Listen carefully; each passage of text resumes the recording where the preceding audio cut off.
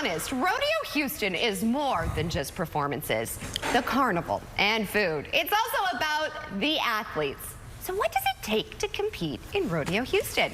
Well, I am so excited to meet Anthony Thomas. He's an Australian-born, Houston-based professional rodeo athlete who's actually transitioning to a career in cattle ranching. He's joining me live in studio. Thanks so much for waking up with us. Yeah, thanks for having me, Maggie. Well, I can't believe you're even here because you're actually competing in Rodeo Houston next week, you said? Yes, ma'am. So tell me, first off, a little bit about your journey. Yeah, so to condense the short-edge version of it, I had a troubled childhood. I ran away from home when I was 12 years old, and I ended up at a cattle station in the northwest of Australia where there was a lot of wild cattle and wild horses, and I became infatuated with the lifestyle and had a gift with the horses, and so I kind of fell into the rodeo game. Wow. And so then what did you decide to compete? I mean, how does one then start competing? So when in Australia, in the outback where I grew up, there was a lot of wild horses that we used to tame and make into riding horses, and a lot of them would buck and be dangerous, and I was really drawn to that feeling and that atmosphere. So I started entering rodeos, and I did really well. I ended up winning an Australian world title, and then my goal and dream was always to move to Texas to be a professional rodeo athlete, and so 15 years later, that's what I do here every day. Wow. Now, you're an athlete. I don't think people always realize. So tell me a little bit about what it takes, the training. Yeah, so I have an extensive strength coach training. I have a extensive training program with a strength coach that I train every day that I'm not on the road or on tour. Jeez. But more than that, just being on the bucking horses is what it takes to learn to do this full time. So that moment, they're saddled up, you're about to get on, you know. No saddle There's for no me. saddle, actually. That's right. Riding. I forgot about that. So you get on it.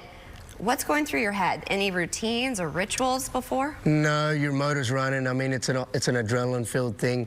There's nothing really that you can think of in that time that's going to change the outcome for you because you trained during the week and you've mentally and physically prepared for the ride. So when you screw your hand in on the horse, it's just you're calm and you're focused and you're just ready to ride. Now, is there one ride that always sticks with you? There's quite a few successful rides. Some of the bigger rodeos that I've been able to compete in the Calgary Stampede and the Houston Rodeo.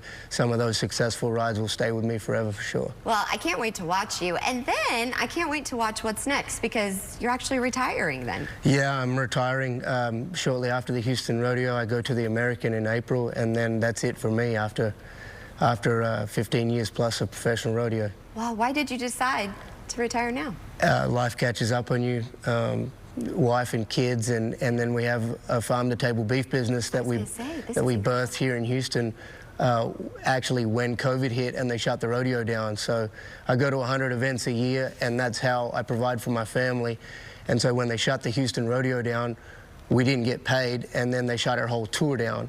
And so I started this farm-to-table beef business to bring the people of Houston all natural beef that we raise right here and get custom butchered and bring to Phil family freezers up once a year. So that's incredible. Coming from Australia and raising and butchering my own beef, when I came over here, I realized that there was something wrong with the beef you buy from the stores. Yeah. And so I wanted to make a difference and make a change, and that's what we're doing here in Houston. It's been wildly successful. So how can we support you? How can we get some of this beef? Because this is also a great gift to give someone too. Yeah, absolutely. So our website is thomascattleandcatering.com, and you can go through there and find my phone number and reach out to me directly. We're a direct-to-consumer family beef business.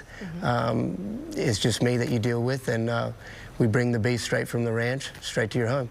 So what are you finding yourself drawn to more, or the challenges for each of them? Because there's challenges in both. Oh, absolutely. I mean, being an entrepreneur in business has its challenges of its own, definitely. Every day is challenging, but I love a challenge. And then as far as being a rodeo athlete, you know, for 15 years I've traced adrenaline and been able to travel all over the world and all over the country to ride bucking horses. And so the adrenaline aspect of it, of course, is something that I'm addicted to, the big arenas and stadiums and the roar of the crowd, and then just the animal athletes themselves that I've had a close connection with for most of my life. It's not my identity. My identity is I'm a Christian, but it's a lot of my identity because that's something that I've done all my life. So. Right. So it will be a transition, but I'm really excited for you. You've overcome a lot. Yeah. I'm proud of you. Thank you. Yes, Thank you. and I can't wait to see what's next. Again, tell us how we can support you throughout all of your career. We also want to watch you out at Rodeo Houston. Yeah, so I'm going to be in Super Series 4 in Houston, March 13th, 14th, and 15th. That'll be the first 3 times I ride in Houston. Okay. And then reach out to me from the website if you'd like to purchase some of the best beef that at thomascattleandcatering.com. Well, it was a pleasure having you on, and best of luck. Thank you, everything. Maggie. Look forward to seeing you next week. Yes, I cannot wait. Awesome.